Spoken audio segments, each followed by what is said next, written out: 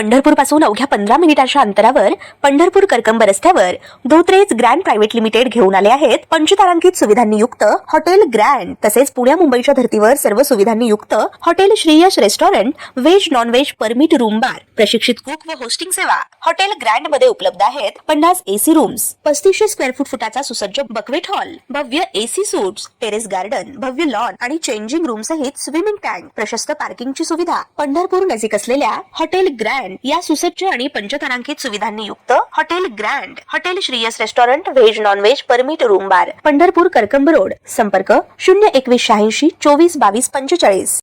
ताज्या घडामोडी पाहण्यासाठी आमच्या YouTube चॅनलवरील PVR म्हणजेच पंढरी वार्ता या न्यूजला सबस्क्राइब करा आणि शेजारील बेल आयकॉनवर क्लिक करा। आमचे जयकुमार गोरेजी, अभिजितजी या सगळ्यांची आम्ही चर्चा केली आणि याची सोलापूरपासनं एक वेगळी नवीन अलाइनमेंट आम्ही तयार केली आहे, जी चंदगडपासनं पुढे मग म्हणजे सोलापूरपासनं जाते, मग सांगलीतनं जाते। आमचे जयंतराव पहिल्यांदा सुटून गेले होते शक्तीपीठ महामार्गातनं, आता तुमच्या जवळ आणला आम्ही पंढरपूर जवळून आहे, एकदम पंढरपूर जवळून। त्यामुळे आता आधीचं तर आपलं जवळपास जॉईंट मेजरमेंटही झालेलं आहे, त्याचं ॲक्विजिशन आपण चालू करतोय। ही जी नवीन अलाइनमेंट आहे, या नवीन अलाइनमेंटचं आता आपण त्या ठिकाणी आणि पलीकडे तर चंदगड वगैरे त्यांनी मोर्चाकडूनच आमच्याकडनं महामार्ग न्या म्हटलं, त्यामुळे तिथे काही अडचण नाही आहे। आणि आता सांगतो, ज्यांच्याकडनं आम्ही अलाइनमेंट काढली, आता तेही लोक आमच्याकडे आलेले आहेत आणि ते म्हणतात आता काढू नका।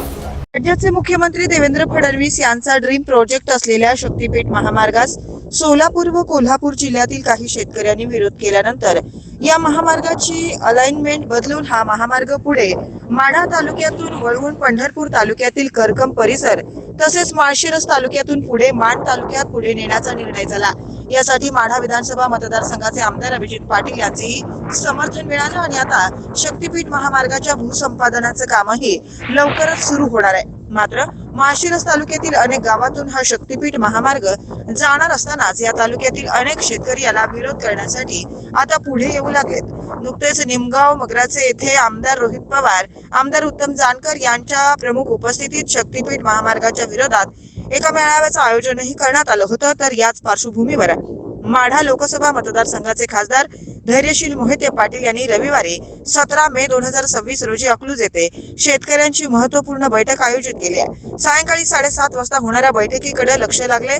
या शक्तीपीठ महामार्गास आपल्या सुपीक जमिनी देण्यास विरोध होत असतानाच बाधित शेतकऱ्यांच्या भावना लक्षात घेत राजकीय नेते सक्रिय झाले।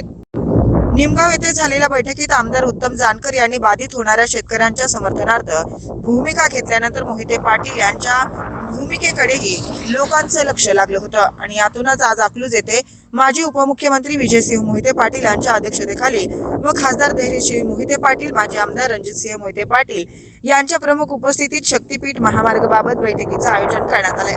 शक्तीपीठ महामार्ग हा मुख्यमंत्री देवेंद्र फडणवीस यांचा महत्वाकांक्षी प्रकल्प समजला जातो, त्यामुळे याबाबत भाजपचे माजी आमदार रणजितसिंह मोहिते पाटील हे काय भूमिका घेणार याकडे सोलापूर जिल्ह्याचं लक्ष लागले। नुकतंच माध्यमांशी बोलताना खासदार धैर्यशील मोहिते पाटील यांनी रणजितसिंह मोहिते पाटील आणि मुख्यमंत्री देवेंद्र फडणवीस यांचा एकमेकांवर विश्वास असल्याचं विधान केलं होतं। तर सोलापूर जिल्ह्यातून शक्तीपीठ महामार्गाची अलाइनमेंट बदलून माळशिरस तालुक्यातून नेण्याचा निर्णय घेताना देवेंद्र फडणवीस यांची रणजितसिंह मोहिते पाटील यांच्याशी काही चर्चा झाली होती का, याचा खुलासा आज होणाऱ्या बैठकीत रणजितसिंह मोहिते पाटील करू शकतात अशी चर्चा होत आहे।